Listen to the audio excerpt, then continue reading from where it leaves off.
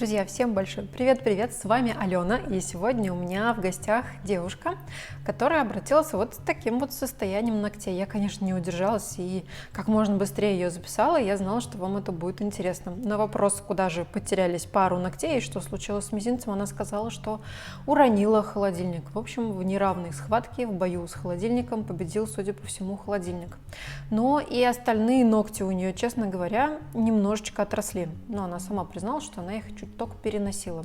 Здесь было наращивание, тут у нее облезла кожа от перекиси, которую она прижигала прыщ на лице. Ну, короче, всякое бывало с этими руками, но мы займемся сейчас именно мизинчиком, который выдран ровно наполовину, дальше держится просто на честном слове.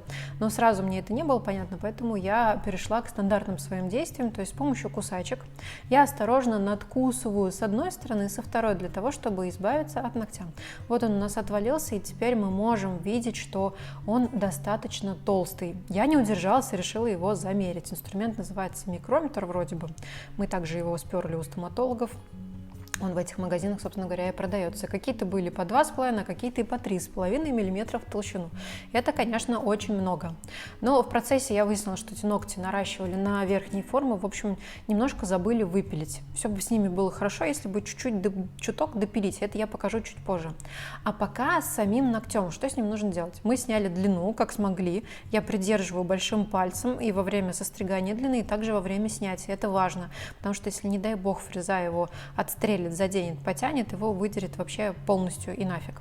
Дальше я взяла пинцет. Это пинцет для вросшего ногтя, и им я осторожно потянула, проверив, держится он там на чем-то или нет. В общем, держится на маленьком островочке, но все же держится.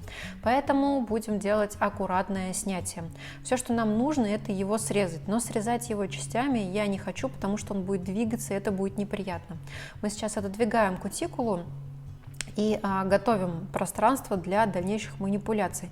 Я буду использовать способ распиливания, то есть с помощью маленькой фрезы, в данном случае вот такой, вроде ее фиссурной называют или какая-то еще, но не суть. В общем, любая маленькая фреза, будь то шарик, либо вот такая вот форма, которую я обычно изнутри выпиливаю, она используется для того, чтобы сделать надпил, то есть мы делаем ту часть, где будет совершаться надрез или залом уже в дальнейшем, как у меня получится. Мы делаем ее тоньше, и все манипуляции происходят достаточно легко. Как видите, я пальчиком проверяю, отходит он или нет, и вот уже у меня почти, здесь очень важен угол, то есть чувствовать и понимать его, чтобы не отстрелило. И вот сейчас ящик Пандоры открывается, наша крышечка. Сейчас возьмем кусачки и сможем заглянуть туда вовнутрь. Там есть немножко чего-то желтенького, и это значит, что туда немного попадает грязь. А это наглядная причина того, почему же мы все-таки должны зачищать пустоты и а не холезиться. Ну а с помощью кусачек я отрезаю явно торчащую часть ногтевой пластины, и пока на этом заканчиваем с обработкой конкретного данного ноготочка, потому что у нас еще много других, а именно 9. На втором ногте, ну точнее на том, что на нем осталось, я точно так же надпиливаю ту часть, которая не соединена.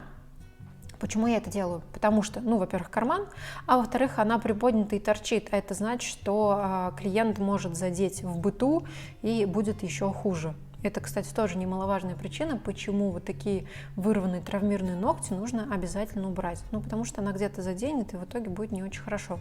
Но дальше переходим к основным ногтям. Лично я нахожу эту работу достаточно хорошей. Они красивые, в принципе, очень даже, ну, так ровненько, где-то были там, ну, несимметричные улыбки и так далее. Но не суть важно. На самом деле проблема этого наращивания заключалась в том, что его просто не выпилили вот так вот изнутри. Я его слегка подпилила, стало потоньше, уже где-то около 2 мм, и вид был совсем другой. Посмотрите, какой он получился хорошенький, тоненький и изящный. Так нужно было сделать с самого начала. Но в любом случае, я считаю, что мастер справился хорошо. Посмотрите, витражный кончик, блесточки, проносил все отлично. Ну, по-моему, замечательно. Не забываем, да, что ногти отросли чуть ли не до колен. И нормально вообще, что еще хоть что-то принесла. Ну да ладно, переходим к основной работе. Кстати, видео будет очень длинное, так что, ну, как бы вы просили, я сделала. Я выбираю длину свободного края с помощью фрезы. В моем случае это керамика, а на большом пальце я, кстати, обнаружила прикольную штуку. Такая вот отслоечка. Многие спрашивают, как с ними работать. Я их распиливаю по границе. Можно маленькой фрезой, можно большой, любой, какой вы работаете. И дальше так же, как крышечку, открываем. У нас там был волос. Ну, чего только мы не находили в отслойках. Кстати, можете написать в комментариях, что вы находили в отслойках. Мне кажется, волосы будут в топе. Но интересно, может, там что-то другое находили. В общем, дальше переходим к самому маникюру. Я буду, как всегда, использовать тальк, он же присыпка. В общем, любимый белый порошок, который дает мне возможность использовать фрезы на полную мощь от начала и до конца. Ну а маникюр мы начнем с фрезы, которая называется «Безопасная». Это фреза, которая по большому счету ничего не делает, но обалдеть как круто поднимает кутикулу и раскрывает карман. То есть она заменяет нам большую часть работы пушера, то есть когда у вас не получается поднять кутикулу, когда она какая-то вот там супер прилипшая или сложная, либо когда много птеригия.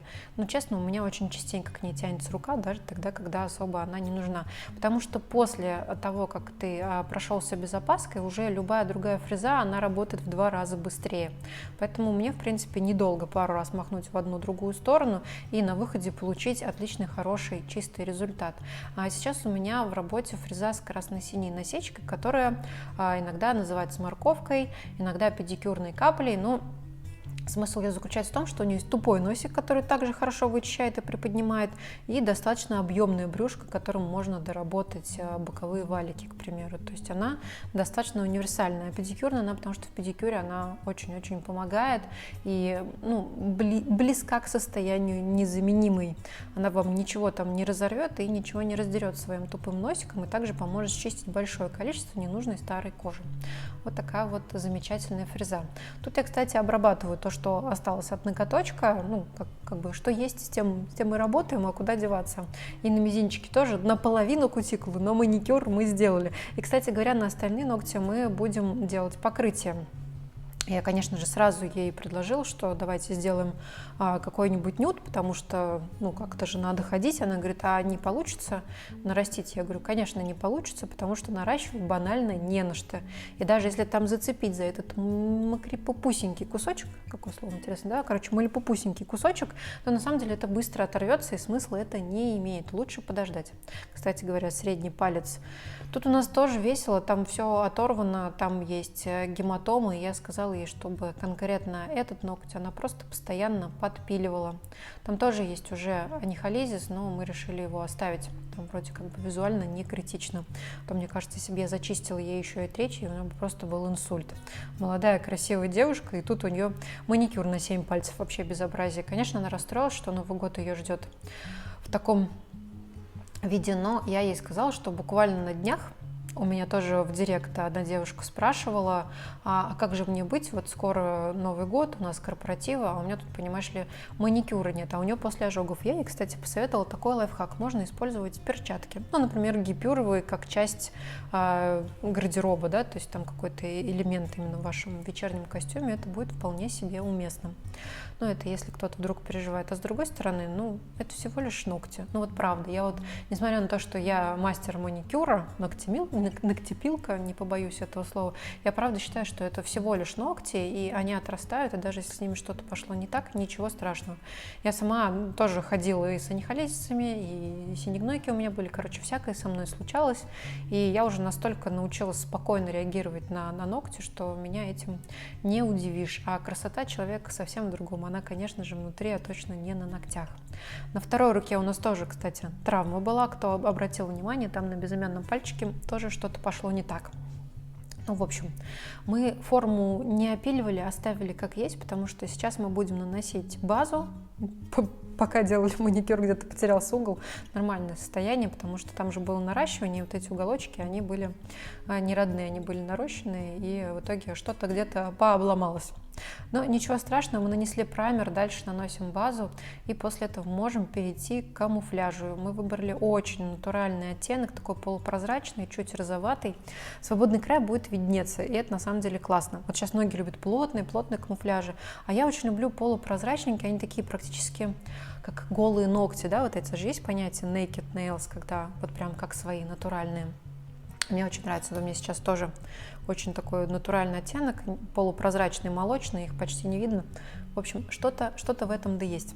Но мы уже просушили нашу базу, и теперь с помощью пилки 180 грит подпиливаем длину свободного края и придаем уже окончательную форму, после чего можно будет перейти к перекрытию топом.